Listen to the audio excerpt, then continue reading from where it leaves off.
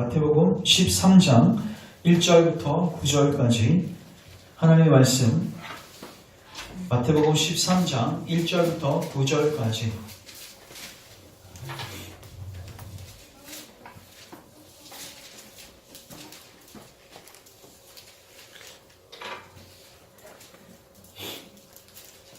마태복음 13장 1절부터 9절까지 교독하겠습니다. 그날 예수께서 집에서 나가사 바닷가에 앉으심에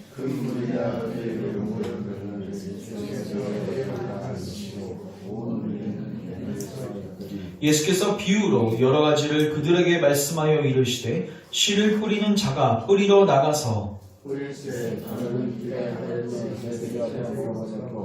더러는 흙이 얕은 돌밭에 떨어지매 흙이 깊지 아니하므로 곧 싹이 나오나 더러는 가시떨기 위에 떨어지매 가시가 자라서 기운을 막았고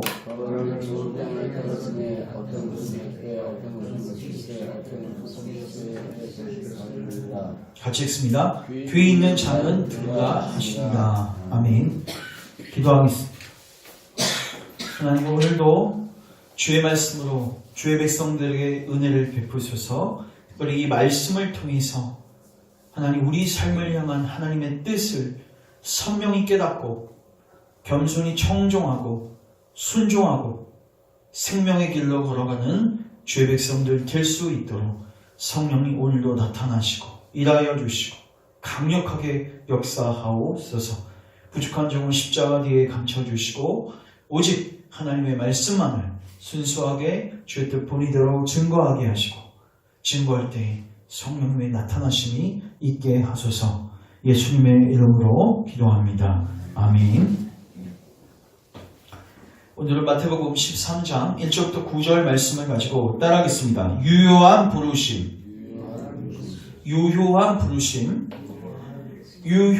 부르심이라는 제목을 가지고 주의 말씀을 증거하도록 하겠습니다. 오늘 말씀 제가 봤을 때는 굉장히 중요한 내용인데 여러분들이 청종하고 잘 듣고 이 말씀 앞에 반응하셨으면 좋겠습니다. 우리가 그 12신조를 계속 살피고 있는데 첫 번째, 두 번째 교리를 이미 살폈고요. 세 번째, 네 번째를 묶어서 살피고 있는데 이 세 번째, 네 번째는 무엇을 살피고 있냐면 하나님께서 우리를 선택하시고 우리를 구원하실 때 우리 안에서 일어나는 현상들, 이것을 우리가 살피고 있습니다. 왜 이걸 우리가 살펴야 되냐면 이러한 현상들 없이 교회에 들어오는 사람들이 있고 이러한 현상들 없이 집사하시는 분들도 있고 이러한 현상 없이 장로와 목사를 하는 사람들도 많습니다. 중요한 건 이러한 현상 없이 이러한 체험 없이 만약에 이 길로 들어왔다면 그 사람은 위법입니다. 그 사람은 마태복음 7장에 있는 대로 마지막 날에 주님으로부터 불법을 행하는 자들아 내게서 떠나가, 이 선언을 들으실 거예요. 그래서 우리는 교회가 오는 것도 중요하고 직분을 받는 것도 중요하고 교회 안에서 봉사하는 것도 중요하고 말씀을 듣는 것도 중요합니다. 다 중요합니다. 근데 무엇보다도 여러분들 안에 이러한 체험이 분명하게 있는지를 확인하셔야 돼요. 제가 놀랐던 것은 하나님께서 2000년 역사 속에서 부흥을 주실 때마다 정확하게 이러한 가르침들이 선포되어졌습니다. 자기를 점검하라. 내가 교회 안에 있다고 해서 다 그리스도인이 아니라 내가 과연 진정한 구원의 도를 알고 거기에 반응하고 있는지를 점검하게 하는 설교들이 교회사 속에서 많이 이루어졌단 말이에요. 그리고 그 설교가 이루어졌을 때, 그리고 성도들이, 목회자가 그 설교 위에 성령을 부어달라고 기도했을 때 교회 안에서 영적 각성의 은혜가 있었습니다. 그리고 그러한 복음이 우리 한국교회에 들어왔습니다. 우리 한국교회 초창기에는요, 여러분, 건강과 부의 복음이 아니었습니다. 건강과 부의 복음이 아니었다고요. 정확하게 자기를 살피고 자기의 죄에 대해서 이야기해주고 그리고 그리스도를 붙잡으라는 복음 전도가 핵심이었습니다. 오늘날 이러한 귀중한 교리와 귀중한 말씀들이 부재한 시대에 살고 있습니다. 저는 여러분들이 이런 가르침에 익숙지 않을 수도 있지만 사실 익숙하셔야 됩니다. 이게 정상이고 이게 바른 도입니다. 그래서 여러분들이 오늘도 이 도를 주의 깊게 들으시고 여러분들이 합당하게 반응하셨으면 좋겠습니다. 자, 저를 주목하십시오. 우리가 세 번째, 네 번째 교리의 핵심은 뭐냐면요. 우리 인간 안에 하나님께 반응할 수 있는 어떤 능력이 없다는 거예요. 하나님께서 우리를 선택하셨는데 그 하나님께서 우리를 선택하셨는데 우리의 상태가 어떠냐면 전적으로 부패해 있고 전적으로 무능해서 하나님의 율법을 줘도 반응 안 하고 심지어 우리 안에 양심을 줘도 반응을 못하는 완전히 망가지고 고장난 상태가 우리의 상태라고 제가 말씀을 드렸습니다. 그래서 전적으로 누가 우리 심령 안에 역사하셔야 하냐면 성령 하나님이 역사하셔야 해요.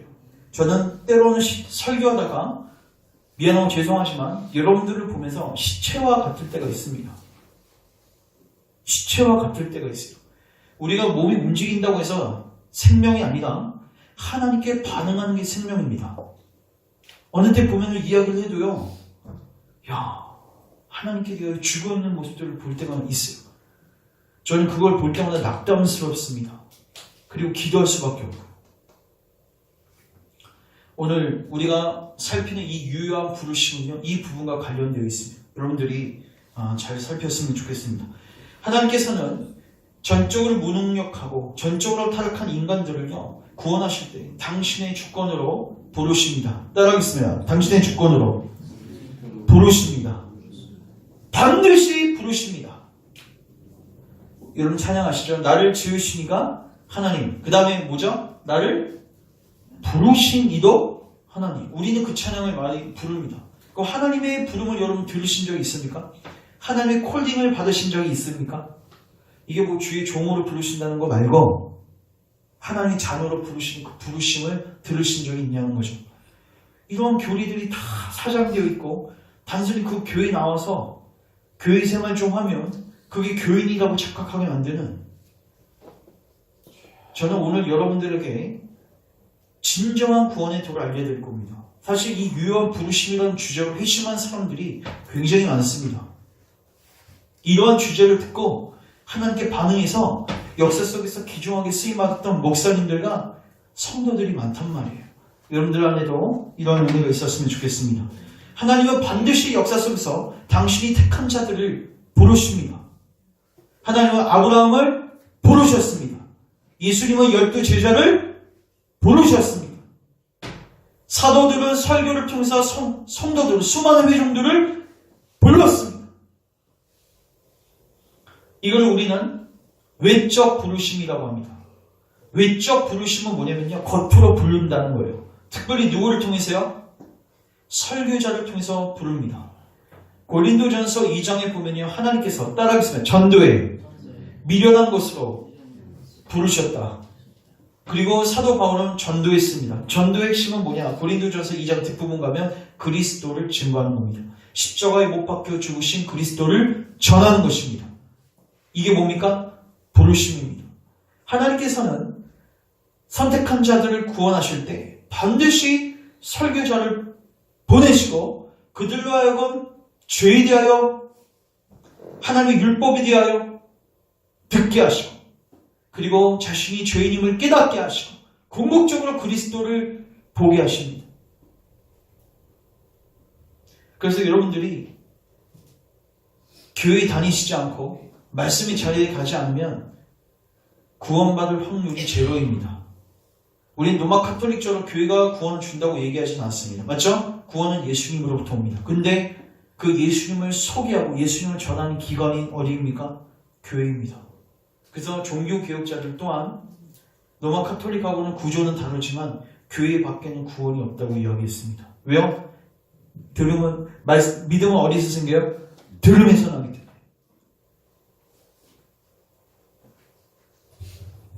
그래서 하나님은 반드시 우리에게 외적으로 불러주십니다. 자, 근데 놀랍게도 잘 들으십시오. 외적으로 부름받으면 다 구원받습니까? 쉽게 말해서 어떤 목사의 설교를 1년 들으면 구원받습니까? 그 설교가 정확한데 그 설교를 1년 동안 들으면 구원받습니까? 그렇지 않습니다. 가르침에는 문제가 없어도 무엇이 문제인가? 밭이 문제입니다. 어디가 문제라고요? 밭이 문제라고요. 오늘 우리가 읽은 씨 뿌리는 비유. 이 씨 뿌리는 비유는요. 여기서 씨는 무엇을 말씀합니까? 하나님의 말씀을 의미합니다. 말씀이 지금 떨어집니다. 떨어지는데 중요한 게 뭐가 다른가? 밭이 다릅니다. 여러분 식물을 심어보신 적이 있으신지 모르겠지만 심으면 뭐가 중요하죠? 토양이 중요하죠. 그래서 토양이 영양분이 없으면 뭘 또 공급하죠? 비료를 공급하면 되죠. 물도 중요하고 다 중요하지만 가장 중요한 게 뭐예요? 토양입니다. 중요한 건 이 말씀이라는 씨앗이 위대합니다. 능력이 있습니다. 근데 심겨져야 되는데 밭의 종류에 따라서 어떤 거는 30배, 60배, 100배 열매를 맺는데 어떤 밭은 전혀 열매를 맺지 않는 거예요. 그래서 오늘 제가 여러분들에게 말씀하고 싶은 거는 뭐냐면요. 외적 부르심으로 여러분 만족해서는 안 됩니다. 잘 들으십시오. 여러분들이 교회에 나와서 설교 듣고 있는 걸로 여러분 안전하다고 생각하지 마십시오. 여러분들 안에 따라하겠습니다. 내 안에 내적 부르심이 있는가? 내 안에 유효한 부르심이 있는가? 우리가요 헛수고라는 말을 많이 하죠. 내가 10번을 던졌는데 7번은 성공하고 3번은 실패했다. 그거 우리는 7번을 뭐라고 이야기하냐면 유효했다라고 표현합니다. 효과가 있어요. 제가요 설교하면서 느끼지만 제 설교가 어느 때는 야 이렇게 효과가 없는가, 이렇게 떠들어대도 이렇게 내가 간절하게 얘기를 해도 효과가 없는가. 물론 하나님께서 제 힘을 빼시고 더 기도하게 만드시는 건데 중요한 거는 제가 아무리 외적으로 설교를 하고 불러도 여러분들이 듣지를 않아요. 그런 사람들이 소수가 아니라 다수입니다. 그래서 우리에게 누가 필요하냐면 성령 하나님이 필요한 거예요. 성령 하나님은 이 외적 부르심, 목사가 설교를 할 때 성령 하나님이 임재하셔서 우리 심령 안에 뭐 하셔야 돼요? 직접적으로 강력하게 말씀하셔야 돼요. 이걸 우리는 무슨 부르심이라고 하냐면 우리 마음 안에서 일어난다고 해서 내적 부르심이라고 하고, 목사가 이야기한 이 설교, 이 말씀이 유효하게 들어맞았다고 해서 유효하게 효과를 발휘했다고 해서 유효적 부르심이라고 합니다. 오늘 말씀으로 치자면 좋은 밭과 같습니다. 그래서 오늘 제가 이 4가지 밭을 설명할 겁니다. 그러면은 여러분들은 뭘 점검하시면 되면 나는 과연 좋은 땅인가? 나는 혹시 가시밭은 아닌가? 나는 돌짝밭은 아닌가? 나는 길가밭은 아닌가? 여러분들을 점검하십시오. 만약에 여러분들이 좋은 땅이 아니라 나머지 3개의 밭이라면 여러분들에게 아무리 씨가 뿌려져요. 여러분들이 말씀을 듣고 있어도 교회 안에 있어도 여러분들은 구원받은 자가 아닙니다. 성령을 부어달라고 기도하셔야 돼요. 먼저 첫 번째 따라하겠습니다. 길가밭. 길가밭은 무엇일까요? 여러분 아스팔트에 씨를 뿌리는 사람은 없을 것입니다.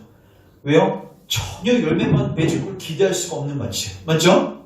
전혀 뿌리가 내릴 수 없는 밭이 아스팔트입니다. 길가입니다. 근데 그런 곳에 씨가 뿌려질 수도 있다는 거예요. 여러분 그런 밭에 씨를 뿌리면 대번에 누가 몰려오죠? 새가 몰려옵니다. 새가 몰려와서 그 씨를 다 데려갑니다. 땅이 깊숙이 심겨지면 새가 쪼아 먹을 수가 없죠. 근데 길가에 뿌려진 건 어떻게 해요? 새들이 금세 달려서 다 가져가요. 자, 길가밭은 누구를 의미하냐면 교회를 다니는 사람을 의미할 수도 있습니다. 근데 교회에 들어와서 하나님의 말씀을 듣습니다.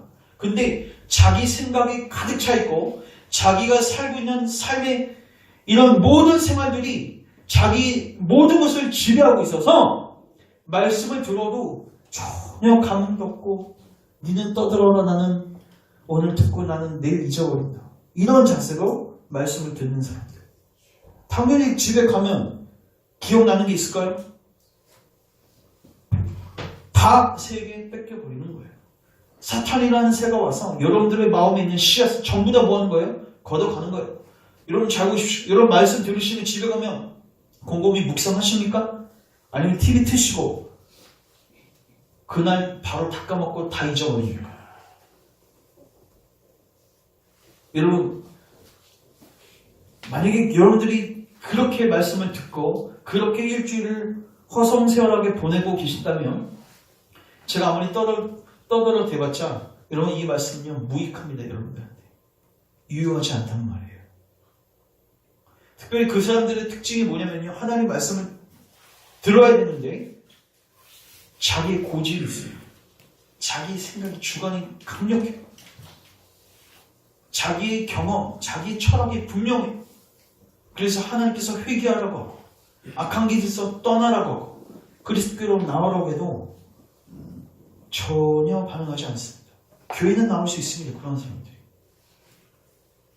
자, 우리 로마서 2장 한번 가보겠습니다. 여러분들이 이러한 사람이 되지 않기를 바랍니다. 로마서 2장 4절 5절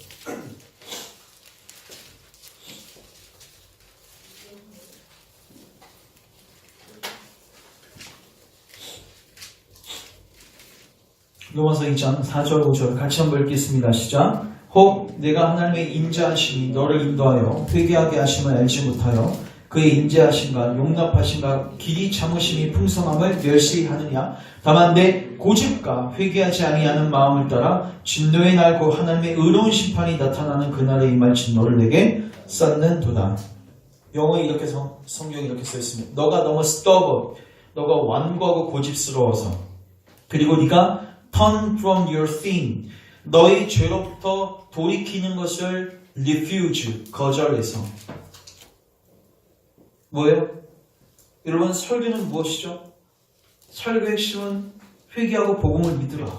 좀 더 풀이하면 악한 길에서 떠나서. 여러분, 제가 이거를 좀 설명드립니다. 여러분, 죄는 애매모호하지 않습니다. 여러분, 왜 하나님께서 구약 성경에서 율법을 이렇게 디테일하게 기록하셨을까요? 하나님 사랑하고 이웃 사랑하라 이렇게 한마디로 딱 하시면 되지, 왜 십계명이라는 스펙트럼을 주시고 왜 더 세분화해서 말씀을 주셨을까요? 빠져나가지 못하게 만드는 겁니다. 여러분, 율법은 구체적입니다. 여러분, 요한일서에 보시면요, 하나님 따라가서 하나님을 사랑하는 자는 계명을 지킨다.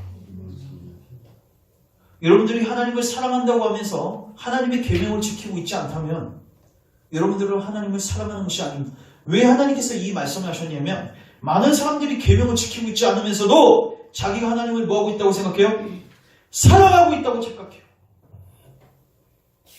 여러분, 십계명을 읽으실 때 여러분들도 진지하게 점검해 보십시오. 애매모호하지 않습니다.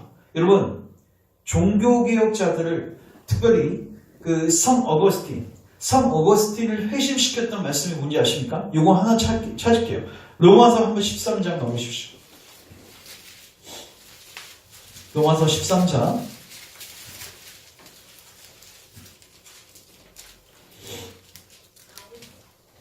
12절, 13절, 14절, 11절부터 같이 읽습니다. 시작. 또한 너희가 이 시기를 알거니와 자다가 낄 때가 벌써 되었나니 이는 이제 우리의 구원이 처음 믿을 때보다 가까웠습니다. 밤이 깊고 낮이 가까웠으니 그러므로 우리가 어둠의 일을 벗고 빛의 갑옷을 입자.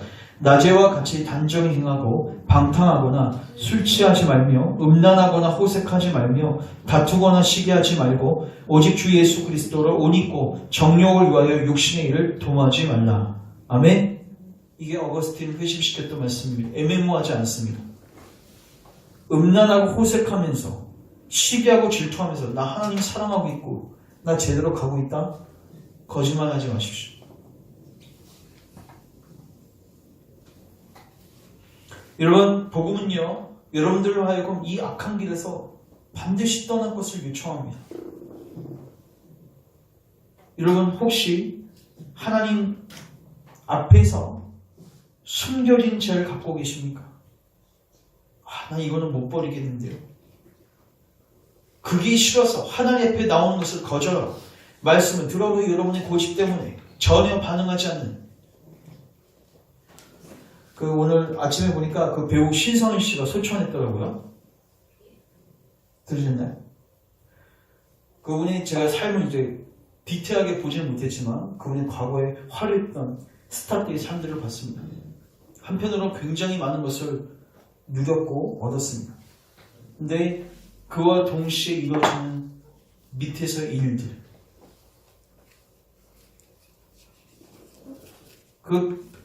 그 소식을 들으면서 그냥 한편으로 이런 생각이 들었어요.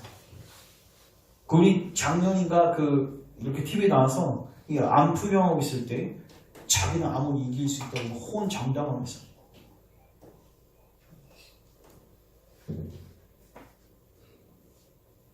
한순간에 갔습니다. 근데 중요한 거는요, 남의 일이 아니라 그 사람 일이 여러분들의 삶이 될 수도 있다는 거예요. 여러분들이 그 사람보다 더 낫다는 보장이 있습니까? 우리는 그 사람이 도덕적으로 문란하다는 걸 알고 있습니다.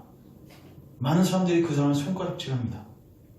근데요, 여러분들도 똑같은 죄인입니다. 여러분들 안에도요, 상황과 조건만 주어지면 똑같은 일을 행할 수 있는 죄인이라고요. 여러분들은 그 악한 길에서 정말로 떠났냐는 거죠. 안타깝게도 죽음의 커튼을 열고 들어가면 더 이상은 회개할 기회가 없다는 거예요. 근데 많은 사람들이 그 죄를 버리기 싫어서 turn from sin, 죄로부터 돌이키기가 싫어서 그걸 거절해서 누구에게 나오지 않아요? 하나님께 나오지 않아요. 그래서 교회에 들어와도 말씀을 들을 때는요, 최대한 은혜 안 받으려는 마음을 가지고 들어요. 절대로 변화되지 않겠다. 그런 마음으로 들으니까 집에 가면 다 빼앗기는 거예요. 여러분 마음 안에 심겨지지도 않았기 때문에 그 어떤 열매도 맺을 수 없어요. 여러분 그런 같이 가면 여러분 땅을 치고 여러분 기도하셔야 됩니다. 버림받지 않게 해달라고. 두 번째, 따라합시다. 돌짝밭.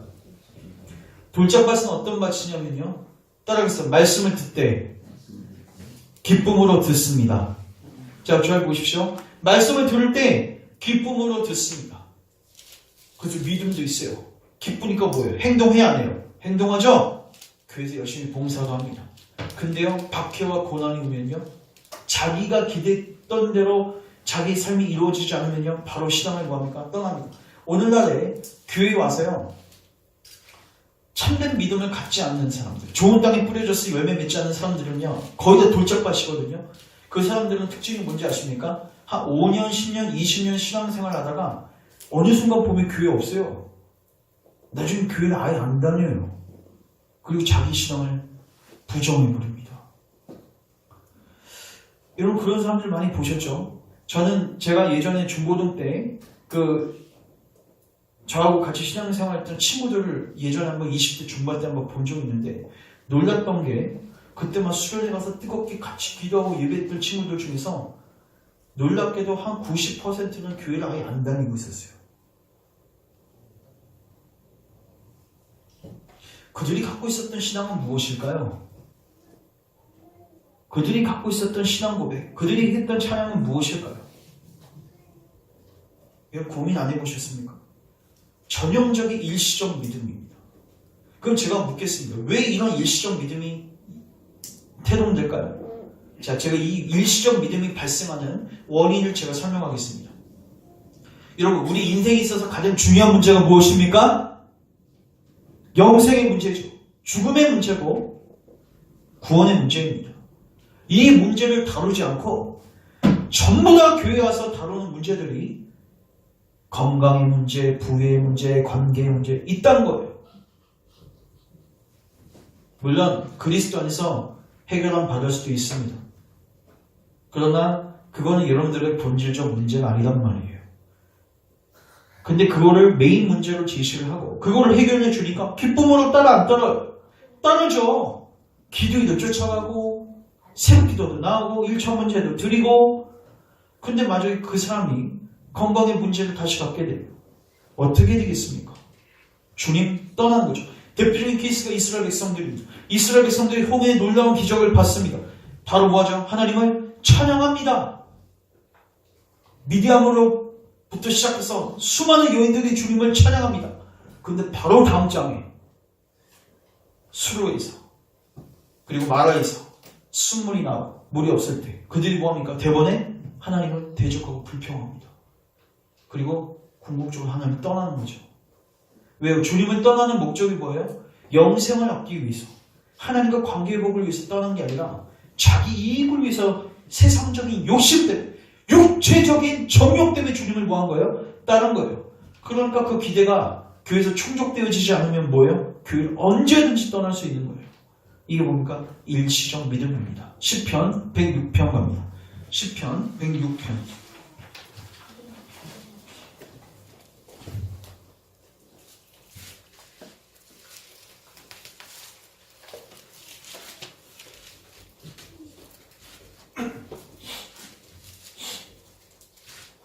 (106편) 11절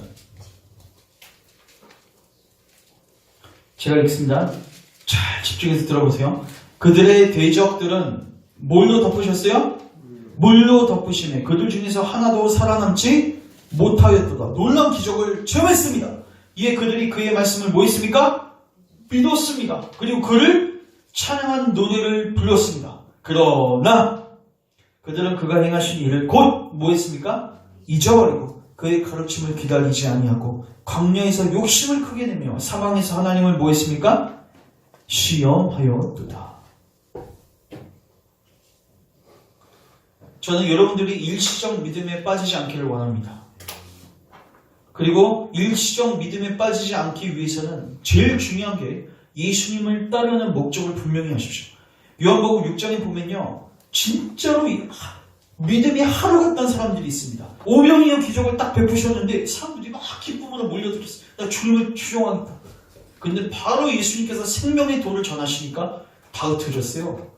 그들의 믿음은 며칠짜리였습니까? 하루짜리였습니다. 근데 예수님이 이걸 빨리 드러내세요. 오늘날 교회는 문제냐면 일시적 믿음을요 빨리 드러내지는 않아요. 그래서 어떤 사람은요 20년 동안 일시적 믿음을 갖고 있어요.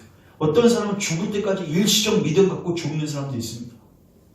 목회자가 해야 할 일은 뭡니까? 이 사람 믿음이 참된 믿음인지 일시적 믿음인지를 예수님처럼 딱 드러내야 돼요. 드러낼 수 있는 방법은 딱 이겁니다. 딱딱한 말씀을 가르칩니다. 딱딱한 말씀을 가르칠 때요, 진정으로 좋은 땅이 좋은 마음을 갖고 있는 사람들은요 반응하고 따라옵니다.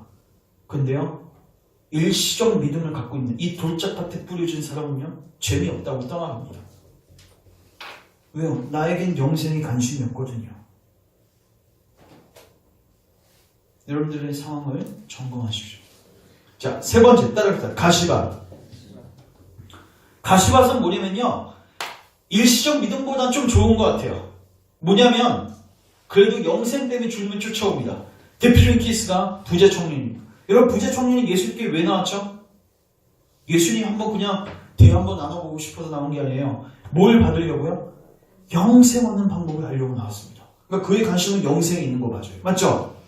근데 영생의 길을 예수님께서 딱 제시하시는데 마지막에 재물 때문에 따라했어요. 마음의 근심으로 인하여 떠나니라. 그 철로 역정에 보면요 순례 여정을 겪고 있는 이 크리스천이 있는데 그 마지막 부분 중에 어떤 유혹이 있냐면 대마와 은강이라는 유혹이 있어요. 이걸 대마 아십니까? 대마? 이거 한 구절만 찾을게요. 디모데 후서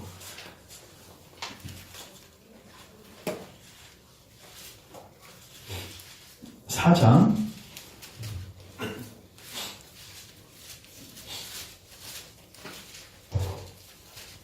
9절 10절 우리 같이 한번 읽겠습니다. 시작. 너는 어서 속히 내게로 오라. 대마는 이 세상을 사랑하여 나를 버리고 데살로니가로 갔고 그레스게는 갈라디아로 디도는 달마티아로 갔고. 여기서 보면 대마라는 사람이 나오는데 이 사람이 사도 바울하고 같이 동역했던 사람입니다. 근데요 사도 바울을 떠납니다. 근데 그 이유를 뭐라고 설명하고 있습니까? 세상을 사랑하여. 전형적인 가시밭에 떨어진 사람의 예입니다. 말씀이 떨어져서 열매를 맺으려고 하는데 가시가 자라가지고 계속 못 자라게 하는 거예요. 고민하다가 근심하다가 결국 어떻게 합니까? 열매를 맺지 못합니다. 대표적인 케이스가 또 누구입니까? 가룟 유다입니다. 가룟 유다 결국 예수님을 뭐 때문에요? 은 30년 때문에, 돈 때문에. 그 생명의 길을 팔아버리고. 여러분, 저는 여러분들이 신앙생활 할 때 제일 유혹이 되는 것 중에 하나가 뭐냐? 돈이고 재물입니다. 여러분, 어리석은 부자 비유를 늘 기억하십시오. 어리석은 부자 비유를 기억하시라고요. 오늘 쌓고 내일 쌓고. 여러분, 그렇게 싸우면 뭐합니까? 그 병 신성이 씨처럼 한번 죽으면 다 날아가는 거예요. 그 사람이 얻었던 명예, 그 사람이 얻었던 부, 그 사람이 호언 장담했던 건강, 하나님 걷어가시면 다 날아간다고요. 온 천하를 얻으면 뭐합니까? 그 생명 얻지 못하면, 그 생명 지옥에 들어가면, 거기서 영원토록 빠져나오지도 못하는 그 지옥에 들어가서 영원토록 산다고 묵상하십시오. 우리 안에 참으로 이러한 유혹들이 많습니다. 돈에 대한 유혹, 쾌락에 대한 유혹, 이런 것들로 인해서 열매를 맺지 못해요. 제가 아까 말씀드렸죠? 철로 역정에서 순례 여정을 가는데 그 길이 하나 삐져 있어요. 삐져 나가 있어요. 그리고 거기에 언덕이 있는데 대만하는 사람이 막 손짓하면서 일로 오세요. 일로 오세요. 해서 나하고 돈 같이 봅시다. 유혹하는 거예요. 그 여정이 언제까지? 우리 생명 다할 때까지 그 유혹들이 있습니다.